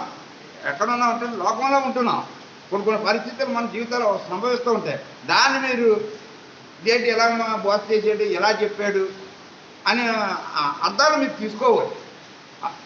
సహజముఖం వాక్యం విని దాని ప్రకారంగా నడవలేని సహజముఖం అంటే నేను ప్రభువుని అడిగాను. ఇప్పుడు మీరు ఇక్కడికి అందరూ వచ్చారు, ఏమనుకోవద్దు నేను అంటున్నానని. మీ అందరూ సహజముఖాలేనా? జనరల్గా చిన్న మాట అడిగాను, సహజముఖమేనా? అప్పుడు నేను అడిగాను దేవుణ్ణి, ప్రభు మరి ఏంటి సహజముఖం అంటే? నువ్వు పొద్దున్న లెగిసావు, నేను పొద్దున్న 6 గంటలకు లెగిసాను. పాలు ప్యాకెట్కి వెళ్ళినప్పుడు ఏం చేస్తానంటే నేను అద్దం దగ్గరికి వెళ్తాను. అలా ఎక్కిగా లెగిసిన వెంటనే పాలు ప్యాకెట్. ఎందుకని అద్దంలో చూసుకుంటాను నా సహజ ముఖం ఎలా ఉంటుంది. అప్పుడు నేను పడుకుని లెగిసినప్పుడు నా ముఖం ఎలా ఉంటుంది. ఒకవేళ నేను అద్దం దగ్గరికి వెళ్ళలేదండి, మామూలుగా పోయాను పాలు ప్యాకెట్, అది నవ్వుతాడా నవ్వడా, రా తల దూకోలేదు ఏంటి ఎలా ఎవడన్నా మనం చూసారనుకోండి ఆ తల జరిగిపో ఉంటుంది. తెల్లారుజామునే కాబట్టి ముఖం ఉన్నట్టు కుట్లు అన్నీ కట్టేసి ఉంటాయి. ఎలా ఉంటాయండి, బయటకు లెగిసినట్టు వెళ్ళిపోతామా? అద్దం దగ్గరికి ఎందుకు వెళ్తామండి? మన సహజ ముఖం అక్కడ కనపడుతుంది, చూసుకుంటాం. అద్దం దగ్గరికి వెళ్ళి చూసుకున్నప్పుడు ఏం చేస్తాం, వెంటనే అక్కడ పక్కన ఉంటుంది దువ్వున గబాబు దువ్వని చూసుకుంటాం. ఇంకేం చేస్తాం, ఇంకా పొద్దున్నే పాలు ప్యాకెట్కి వెళ్ళేటట్టు పౌడర్కి ఎవరు రాయనండి. ఇంకో పాలు ప్యాకెట్కి వెళ్ళాడు ఒకవేళ పౌడర్ అన్ని రాసుకునేంత అవుతాడు, పొద్దున్నే రాసి అర్థమవుతుందండి. కాబట్టి మనం ఏం చేస్తామంటే అద్దం దగ్గరికి వెళ్ళి మన సహజ ముఖాన్ని ఏం చేసుకుంటాం చూసుకుని అలా వెళ్ళిపోం, సరి చేసుకుని అప్పుడే వెళ్తాం. తర్వాత ఏం చేస్తామండి, ఆఫీస్కి వెళ్తాం. ఆఫీస్కి వెళ్ళేటప్పుడు ఏం చేస్తాను, స్నానం చేస్తాను. ఈ ముఖంతో వెళ్ళనండి, లెగిసిన ముఖంతో వెళ్ళను నేను ఆఫీస్కి. ఏం చేస్తాను, మళ్ళీ అద్దం దగ్గరికి వెళ్తాను. వీళ్ళు ఏం చేస్తాం, స్నానం చేస్తాం, క్రీమ్ రాసి కూడా క్రీమ్ రాస్తారు. తర్వాత హెయిర్ జెల్ ఉంటే హెయిర్ జెల్ రాస్తారు. తర్వాత ముఖాన్ని స్నానం ఎందుకు చేస్తానంటే నీట్గా ఉంటుంది. అప్పుడు అది నాకు సహజ ముఖం అవుద్దండి, అవ్వదు. రెండవ ముఖం సహజ ముఖం ఏంటి, నాకు ఫస్ట్ నేను లెగుతాను చూడండి, అది నా ముఖం.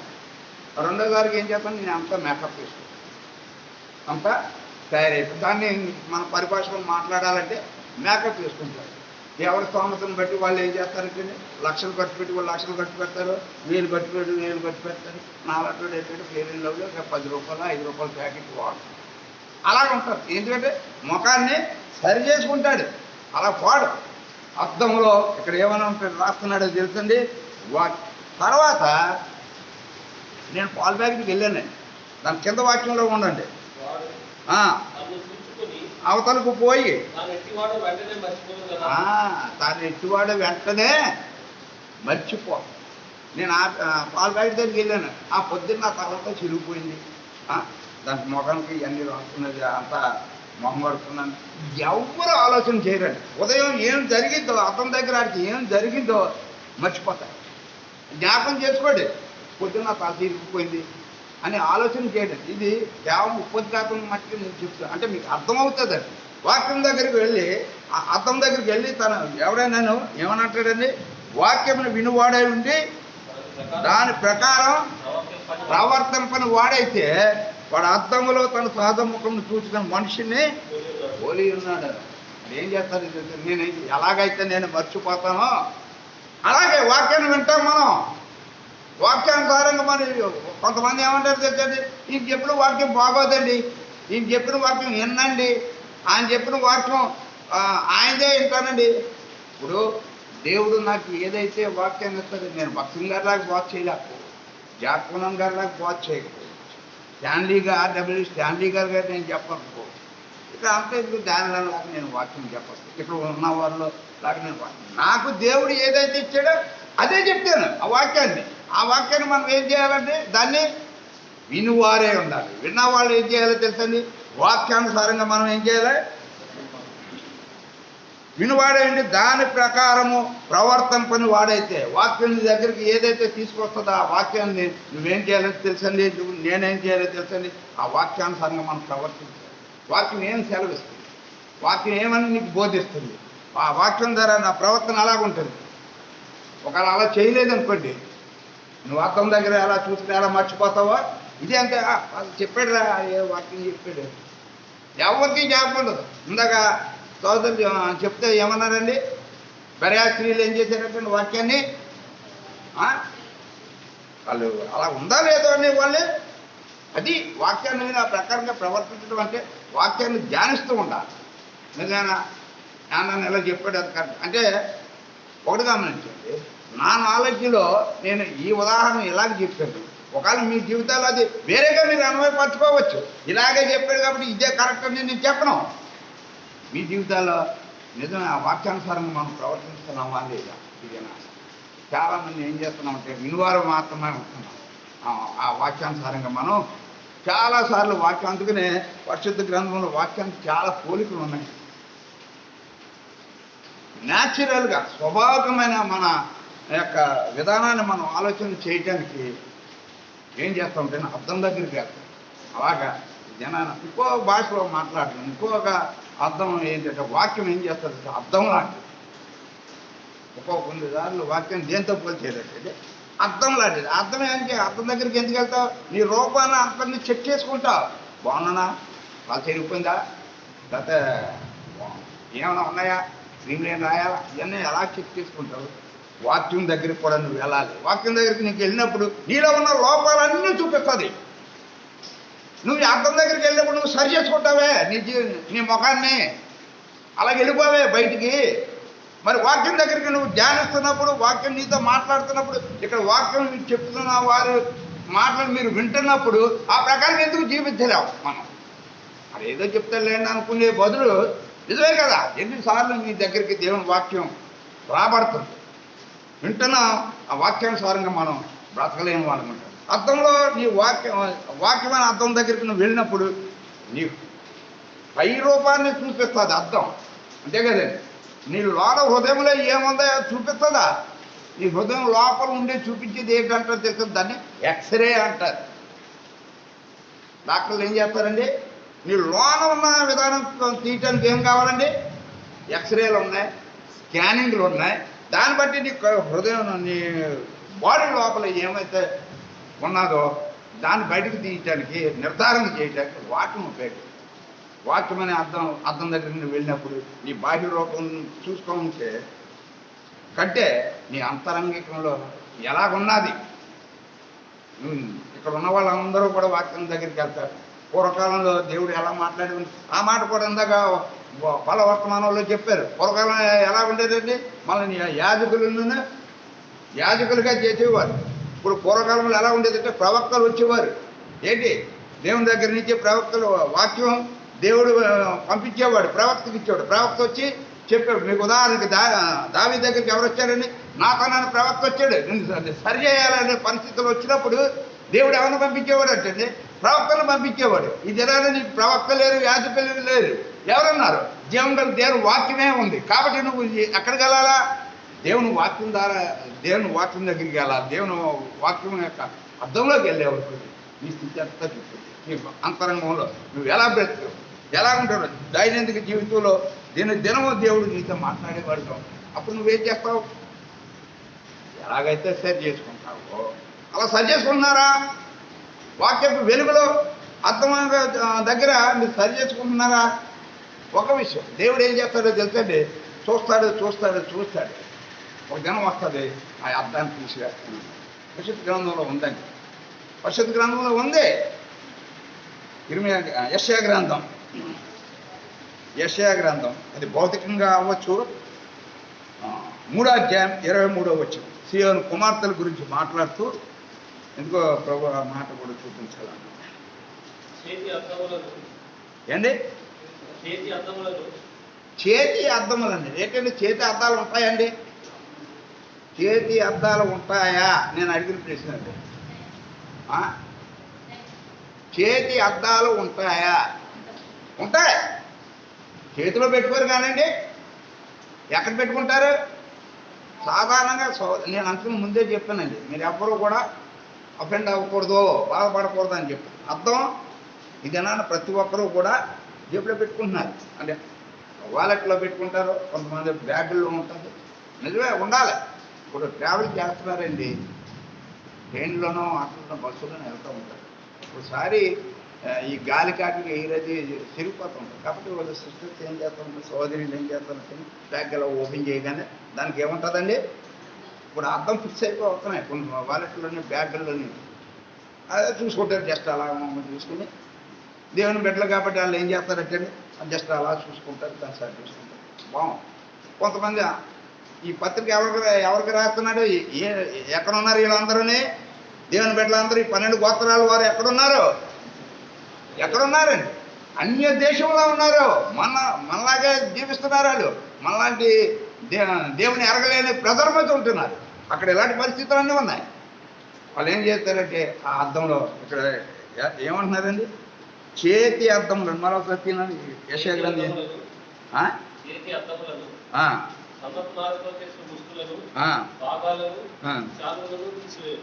తీసివేయి. ఎందుకని?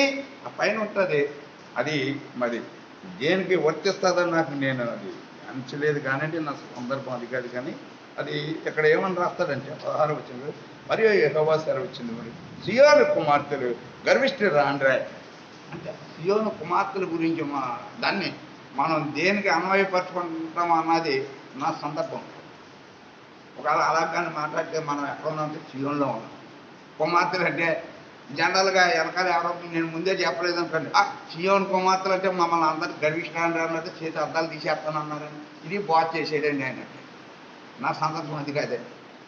సీయోను కుమార్తెల గురించి మరి వాళ్ళ యొక్క నైతిక జీవిత విధాన శైలి గురించి మాట్లాడుతూ అక్కడికి వచ్చిన చేతి అర్థమును సన్నపన్నారు. ఎందుకంటే వాళ్ళు ఎంతసేపు దేవుడి దగ్గరికి వెళ్తారు లేదండి, చేతి అర్థాలు చూసుకుంటున్నారు. అరే నేను దేవుడి కుమార్తెను కాబట్టి నేను ఎలా ఉండాలి? చేతి అర్థాలు చూసుకుంటూ దాంట్లోనే ఆనందిస్తున్నారు. కాబట్టి దేవుడు ఏమన్నాడని ఒక దినాన చేతి అర్థం తీసేస్తాను, నువ్వు ఎలా సరి చేసుకుంటావు? ఒక దినాన్ని దేవుడు ఏం చేస్తాడని తెలిసాడే, నువ్వు అలాగన్నాడు ఈ వాక్యానికి నువ్వు వ్యతిరేకంగా కానీ జీవిస్తే ఒక దినాన్ని దేవుడు నీకు వాక్యపు వెలుగు, ఆ వాక్యాన్ని నీకు మరుగుపరిచేవాడు. అప్పుడు నువ్వు ఎవరి దగ్గరికి వెళ్తావు సరి చేసుకోవటానికి? నీకేముంటుంది? ఒక దినం వస్తుంది దేవుడు వాక్యం ఉండదు, అప్పుడు నువ్వు ఎవరి దగ్గరికి వెళ్తావు నీ జీవిత విధాన శైలి మార్చుకోవటానికి? ఇప్పుడైతే దేవుని వాక్యం ఉంది, ఆ వాక్యం యొక్క అర్థంలో మనం ఎలా ఉండాలండి? సరి చేసుకునే వాళ్ళగా ఉండాలి. ఇంకా వాక్యం ఎలా ఉంటుందో ఒక్క మాట చెప్పు, ఎందుకంటే టైం అయిపోయింది, 11:15 అయిపోయింది. 11:30కి మనం అన్ని క్లోజ్ చేస్తాం. కానీ ఒక్క సందర్భం చెప్పి నేను చేస్తాను. ఇర్మియా గ్రంథం 23వ అధ్యాయం, ఇర్మియా 23వ అధ్యాయం 29వ వచనం. ఏంటంటే ఆయన మాట్లాడితే దేవుని మాట ఇటువంటిదండి అని ఏమైనా ఉందని ఆ పక్కన కాదండి. నేను అడిగాను అగ్ని వంటిది కాదా అని చెప్పాక ఏమైనా ఉంది? క్వశ్చన్ వేసారంటే దానికి ఆన్సర్ చెప్పవలసిన బాధ్యత మనకు ఉందా లేదు? ఇప్పుడు మా పక్కన ఐఎన్ డిజిటల్ ఎగ్జామ్స్ రాస్తూ ఉంటున్నారు మరి పిల్లలు, క్వశ్చన్ వేస్తారు, దానికి వాళ్ళ ఆన్సర్ అవునా కాదా అని రాసి రావాలా వద్దా? ఆయన వాక్యం ఎటువంటిది అట్టండి? ఆయన మాట ఎటువంటిది? అగ్ని వంటిది. అగ్ని ఏం చేస్తుందండి? చల్లగా ఉంటుందా? అగ్ని ఎలా ఉంటుందండి? బాగుందండి అగ్ని అంటారు ఎవడైనా? బాబోయ్ అంటారు. ఆయన మాట ఎలా ఉంటుందండి? నా మాట అగ్ని వంటిది కాదా? తర్వాత బండను బద్దలు చేయు. మనకు డైనమైట్ ఎట్టి పేల్చిన మన హృదయాలు ఎంత వాక్యం మీ దగ్గరికి వస్తున్నా సరే, ఎంతమంది దేవుని సేవకులు వాక్యాన్ని ఉపదేశిస్తున్నా సరే, అరే ఇలా ప్రవర్తించండి, దేవుని వాక్యం ఇదే అని చెప్తుంది సరే, ఒక్కడికి హృదయం బద్దలవదు. ఎందుకంటే మన హృదయాలు ఎలా ఉంటాయో తెలుసండి? డైనమిట్లకే పేలదు మన హృదయం, వాక్యానికి ఏం పేలుతుంది? వాక్యం నీకు ఎంత చెప్తే నీ హృదయంలోకి వెళ్తుంది. ఆడు ఏదో చెప్పాడండి, ఆ మాట అవసరం లేదు అంటాడు. ఆడు ఏదో చెప్పాడండి, ఏం చెప్తారు? దేవుని మాట చెప్తారు. నా మాట ఎటువంటిది అంటున్నాడండి? నా మాట కాదండి. ఎవరి మాట? దేవుని మాట. దేవుని మాట ఎక్కడి నుంచి వస్తుందండి? పరిశుద్ధ గ్రంథంలోంచి వస్తుంది. నీ హృదయాన్ని ఒక్కొక్కసారి బద్దలు చేసే మాట వస్తే నువ్వేం చేస్తావంటే బద్దలవు. ఎందుకంటే నీ హృదయం స్ట్రాంగ్. అసలు దేనికి పగలదు నీకు. ఆ క్వశ్చన్ మార్క్కి నువ్వు ఏం చేయాలో తెలుసండి, నేనేం చేయాలో తెలుసండి, సమాధానం ఇవ్వాలి. నా మాట అగ్ని వంటిది కాదు. అవును ప్రభు, నీ మాట అగ్ని వంటిది కాబట్టి నన్ను కాల్చింది, కాబట్టి నన్ను. అందుకని ఒక్కోసారి ఏమంటారు? నీ హృదయం మండలేదా అంటారు. ఎన్నిసార్లు చెప్తూ ఉంటారు దేవుని దాసులు వాక్యం చెప్పి, హృదయం మంటలేదా నీకు అంటారు. మనం ఏంటంటే ఆడు చెప్తే నా హృదయం మండాలంటండి అంటావు. ఆడు చెప్తే నా హృదయం మండాలా? అది చెప్తే నా హృదయం పగిలిపోవాలా? పగలపోతే నా మాట, ఆయన మాట ఎటువంటిదండి? నేను చెప్తే హృదయాలు పగలవండి, నేను మాట్లాడితే మీ హృదయాలు బదలవ్వండి. దేవుడు మీతో మాట్లాడుతున్నాడు. అందుకని ఏమన్నాడండి? వినువారే ఉంటారు. వినాలి, వాక్యాన్ని విని దాని ప్రకారంగా మనం ప్రవర్తించాలి. లేకపోతే నేను పొద్దున్న ఎలా మర్చిపోతానో, ఇంటికి వెళ్ళాక మనం ఏం చేస్తామంటే అలా మర్చిపోయేవాళ్ళం. దాన్ని ఉదాహరణగా చెప్పి వినువాడే ఉండేవాడు ఏం చేస్తాడంటండి? మర్చిపోయేవాడుగా ఉంటాడు. పొద్దున్న ఏం జరిగిందో అది తెలియదు. వాక్యంలో ఏం మాట్లాడాడో దేవుడు నువ్వు ఏం చేస్తా ఉంటే తెలుసు. ఆ ప్రకారం ప్రవర్తించకపోతే వాక్యం ఇంత వెళ్ళిపోతుంది. బాగుందండి, ఇంకా గట్టిగా మాట్లాడితే ఏమైనా అనుకుంటాడని ఏం చెప్తావంటే బయటికి వెళ్ళి బాగానే చెప్పాడు వాక్యం అంటాడు. ఎవరికి కావాలా? బాగా చెప్పాడు, ఇది చేద్దాం. నీ హృదయం బద్దలైందా? నీ హృదయం మండిందా ఆయన మాటకే? అది కావాలి. ఒకవేళ బద్దలైందంటే అన్నట్టు రుజువు ఏంటంటే వాక్యానుసారంగా నువ్వు ప్రవర్తించేవాడుగా ఉంటావు. వాక్యం నీతో మాట్లాడినప్పుడు ఆ ప్రకారం నువ్వు జీవించేవాడుగా ఉంటావు. అది బద్దలవుతుంది. అలా ఉంటున్నప్పుడు దేవుడికి నువ్వు ఎలా ఉంటావో తెలిసింది. ఆయనలో ఉన్న జీవం నీలో ఉంటుంది, నేను వెలిగించేదిగా ఉంటుంది. కాబట్టి ఇంకా ఆ వాక్యం గురించి 6 పాయింట్లు ఉన్నాయి. వాక్యం మనల్ని ఎలాగ తీసుకెళ్తాం. సమయం లేదు, మరలా దేవుడికి మీ మధ్య నాకు సమయం ఇచ్చినప్పుడు వాక్యం గురించి మీతో దేవుడి వాక్యం జీవించాలి.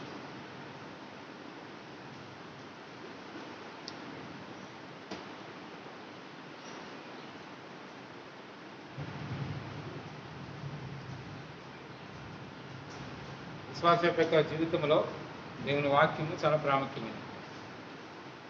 దేవుని వాక్యం అన్నప్పుడు బైబిల్లో వ్రాయబడిన మాటలు కాదు, దాని వెనకాల దేవుని యొక్క ఉద్దేశం గ్రహించాలి. దేవుని యొక్క వాక్యము ఇది అగ్ని వంటిది అని చెప్పబడుతూ ఉన్నప్పుడు, అగ్ని వంటిది అన్నప్పుడు బైబిల్ గ్రంథంలో దేవుని వాక్యమే కదా రాయబడి. మరి అగ్ని వంటిది అన్నప్పుడు బైబిల్ అంతా కాలిపోతూ ఉండాలి, ఎప్పుడు అలా కాలిపోతూ ఉండాలి అగ్ని కదా. దాని ఉద్దేశం అది కాదు, రాయబడినటువంటి దాని వెనకున్నటువంటి అర్థం. ఆ వాక్యాన్ని మనం చదివినప్పుడు ఆ వాక్యం మనలో ఏం చేస్తుందంటే మంట కలిగించేది. వాళ్ళ బండబారినటువంటి కఠినమైనటువంటి ఒక నిర్ణయం తీసుకొని మనం దాన్ని కట్టుబడి ఉన్నప్పుడు వాక్యం మనల్ని ఏం చేస్తుందంటే అది బద్దలు కొట్టేది. వాక్యం మనల్ని మెత్తన చేసేది. వాక్యపేక విధానం మరి యాకోబు రాసిన పత్రికలో మాట్లాడుతూ అదే మాట మనం ఎదరు కూడా రాసుకుంటాం. మీరు వినువారమై మాత్రమై ఉండక మిమ్మల్ని మీరు మోసపుచ్చుకోవద్దు. అంటే వాక్యపేక విధానం మనలో కార్యం చేయకపోతే, క్రియ అనేటువంటి చేయకపోతే నా సహజ ముఖం ఎప్పుడు బయటకు కనపడుతుంది.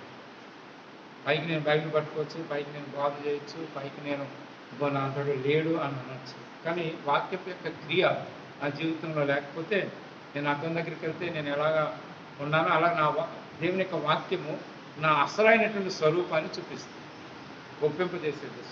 కానీ చాలాసార్లు మనం ఎలా ఉంటామంటే అద్దంలో ముఖం చూసుకుంటాం, మర్చిపోయిన వాళ్ళని అలాగే ఉంటాం.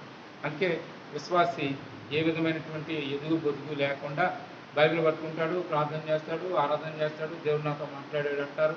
కానీ మార్పు అనేటువంటిది లేకుండా సహజ మతమే కనిపించేది. అది పెద్ద ప్రశ్న. అంటే చాలామంది ఏమంటారంటే పందాలు అలా ఉంటాడు, నువ్వు అడిగితే ఎలాగా అంటే నేను అడగలేదేమో, దేవుని వాక్యం అడిగితే జవాబు ఏంటి చెప్పాడు కదా, ఏంటి మీ జవాబు చెప్పండి, పరీక్ష రాస్తే తప్పకుండా జవాబు చెప్పి తీరాలి కదా అన్నాడు కదా. చెప్పి తీరాలి. మనం అకౌంటబిలిటీ అనేటువంటిది తప్పకుండా దేవునికి అప్పగించే వాళ్ళని ఉంటాం. ఇంకా దేవునికి వాక్యంలో ఏమైనా ఉంటుందంటే 2 చోట్ల పౌలు అంటాడు, అసలు మీకు రక్షణ గురించి వాక్యం తెలియకపోవటం చాలా మంచిది అంటాడు. తెలియకపోవటమే చాలా మంచిది అంటాడు. ఎందుకనంటే ఏదో ఒక రోజున ఆ ప్రశ్న మన దగ్గరికి వచ్చినప్పుడు మరి నీకు ఎంత చెప్పారు కదా, ఎంత విన్నావు కదా, ఏం చేసావు అంటే తప్పించుకోవడానికి అవకాశం ఉండదు. వినలేదు అనుకోండి, అసలు దాని గురించి చదవేలేదు అనుకోండి, నేను చదవలేదు నాకు తెలియదు అంటే పోయా, దానికి ఎక్కువ ఉంటారు. తెలిసిన తర్వాత చేయకపోతే తక్కువ దెబ్బలు తగలమంట, ఎక్కువ దెబ్బలు తగలవు. అంటే అప్పుడప్పుడు వచ్చి 52 వారాల్లో ఒక 10 సార్లు రావటం మానేస్తే దేవుడు లెక్క అడిగినప్పుడు అప్పుడు ఏం చెప్పారు, నాకు తెలియదు ప్రభు అంటే, సరే ఆవేళ రాలేదంటే ఇడు రాలేదంటే ఈమె, దాని గురించి ఏమో అడగొద్దు, తెలియదు కదా అని వదిలేస్తాను. 52 వారాలు కంటిన్యూగా వచ్చినప్పుడు మాత్రం గట్టిగా తగ్గుతుంది. ఇంకా అన్నం మేము కూడా అలా మానేస్తే మంచిది కదంటే, అసలు అలా మానేస్తే ఆ లైన్లో నిలబడేవాడుగా ఉండవు, బహుమతులు పొందేవాడు. తీసుకెళ్ళి ఎకాయికనే ఒకటే మార్గం, ఇంకా అసలు ఆ బౌండరీలో కూడా రావటానికి ఉండదు. ఏంది కదా, నువ్వు ఉంటేనే కదా హాల్ టికెట్ నీకు వస్తేనే కదా లైన్లో నిలబడ. అసలు హాల్ టికెట్ నీకు రాకపోతే ఇంకా లైన్లో నువ్వు వచ్చిన ఒకటే రాకపోయినా ఒకటే అన్నట్లుగానే ఉంటుంది. ఆత్మీయ విశ్వాస జీవితంలో సిద్ధాంతపరమైనటువంటి విధానం కాదు, కానీ వెళతా ఉన్నప్పుడు ప్రభువు నేర్పించేవాడు. దానికి ఏంటంటే ప్రాముఖ్యమైనది దేవునికి వాక్యం. దేవునికి వాక్యం చదవాలి. ఉదయకాలంలో ఇంకా నాకు కూడా అలాగ అనిపించింది, ఇంకా ఎక్కువ చదవాలి దేవునికి వాక్యం. సరిపోవటం లేదు. ఏమవుతా ఉంది అంటే శక్తి సరిపోవటం లేదు. దేనికి శక్తి సరిపోవటం లేదు? తీసుకొచ్చేటువంటి శత్రువుతో పోరాడుతూ ఉన్నాం. ఆ పోరాటం యొక్క విధానంలో శక్తి సరిపోవటం లేదు. దేవునికి వాక్యం యొక్క అంటే చదవటం కాదు, చదువుతూ ఉన్నప్పుడు దాన్ని అభ్యాసం చేసేటువంటి విధానం. కాబట్టి విశ్వాస జీవితంలో దేవునికి వాక్యం చాలా ప్రాముఖ్యమైనటువంటి. వాక్యాన్ని నిర్లక్ష్యం చేస్తే ఆత్మీయ జీవితంలో దేవుని యొక్క ప్రణాళికని నిర్లక్ష్యం చేస్తాం. ఓకే, దేవుని యొక్క వాక్యం మన దగ్గరికి వస్తున్నప్పుడు తప్పకుండా దాన్ని వినాలి. అంటే ఏం చేయాలి? చెప్పాలి. చెప్పేటువంటి విధానంలో దేవుడు వాడుకునే సాధనాలు ఎన్నో. కాబట్టి ఆ విధానంలో ఆలోచన చేస్తూ దేవుని కొరకు మనం కొనసాగాలి. ఈ సమయంలో 477వ పాట, 477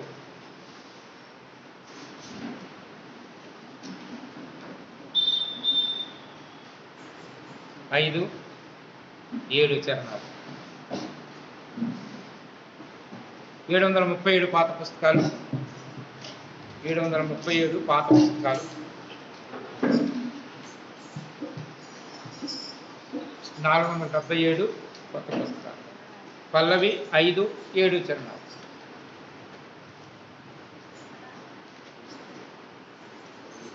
5, 7.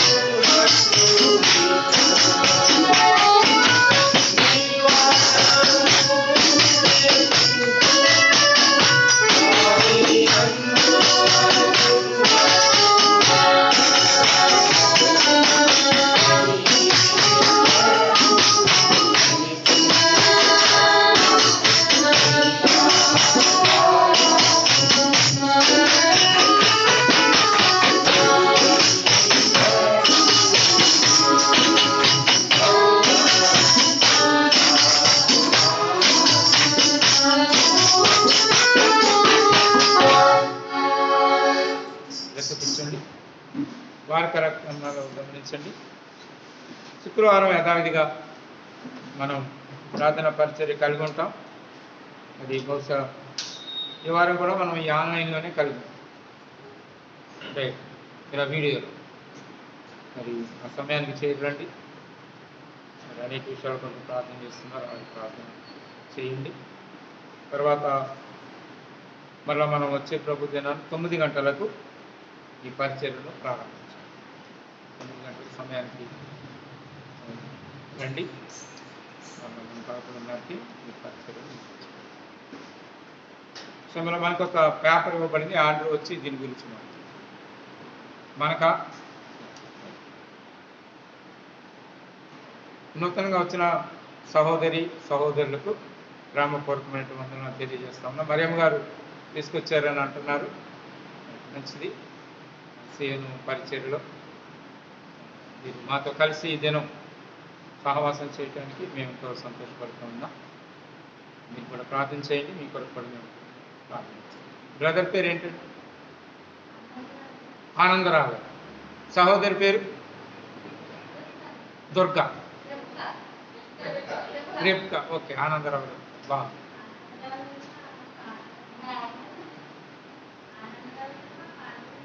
ఆయన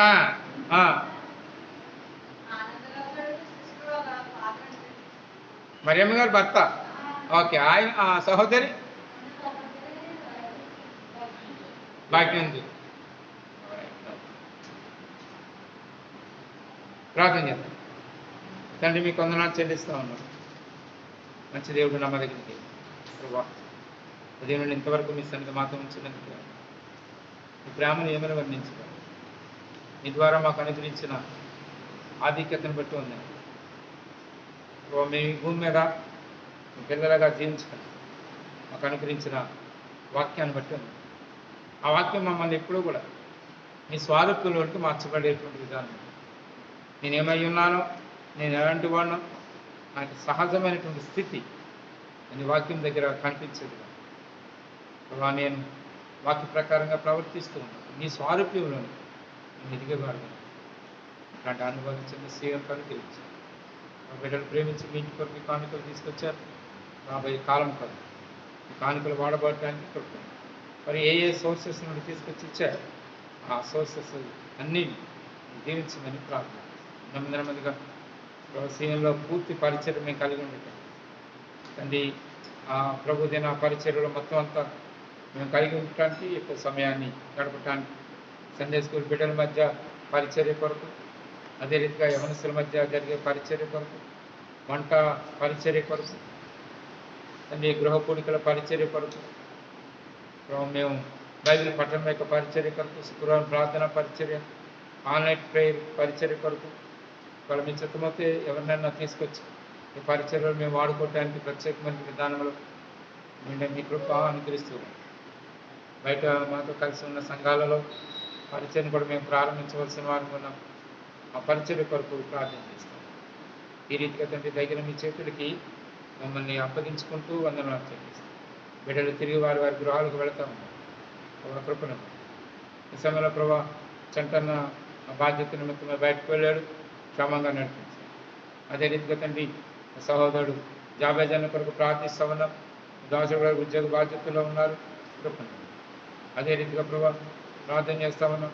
సూరిబాబాను కొరకు మన బాధ్యతలన్నింటిలో వెంటనే మీ కృప అనుగ్రహించి ఈ రీతిగా దగ్గర మీ చేతులకి మమ్మల్ని అందరినీ అప్పగించి మహిమ ఘనత ప్రభావాలు మీకే ఆరోపిస్తాం. మా ప్రభు మా రక్షకుడు ఈ సమయంలో ప్రభు ప్రార్థిస్తున్నాం. ఆనందరావు గారు ప్రభావ, మరి శాంతికుమార్ వాళ్ళ నాన్నగారి కొరకు ప్రార్థిస్తాం. ప్రభు ఈ దినం మేము చూడటానికి కృపకే ఉన్నాం. అదే రీతిగా రిబ్కా గారు కూడా మా మధ్యకి వచ్చారు. మీ దాసరాన్ని కూడా దీవించారు. దాసరాలు చేసిన ప్రార్థన అంగీకరించి మేలు చేయి. మహిమ ఘనత ప్రభావాలు మీకే చెల్లిస్తాం. మా ప్రభు మా రక్షకుడు యేసుక్రీస్తు నామమున స్తుతించి ప్రార్థించి వేడుకొంచున్నాం తండ్రి. సమాధానకర్త అనే దేవుడు మనం సంపూర్ణంగా పరిశుద్ధపరిచి మన ప్రభు యేసుక్రీస్తు రాకడైన మనం ప్రాణాత్మ దేహములు సంపూర్ణంగాను పరిశుద్ధంగా నిందారహితంగా కాపాడబడినట్లుగా మనల్ని పిలిచిన దేవుడు నమ్మకమైన వాడు. ఆయన అలాగను మన పక్షముగా చేయను గాక. చిక్కులన్నీ తొలగించి